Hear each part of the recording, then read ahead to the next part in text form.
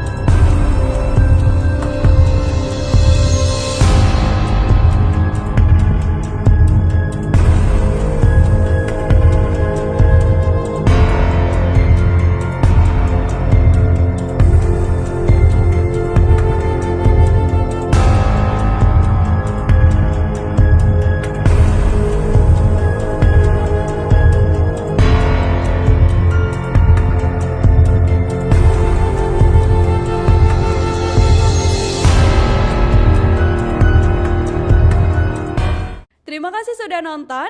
Jangan lupa like, subscribe, dan share ya.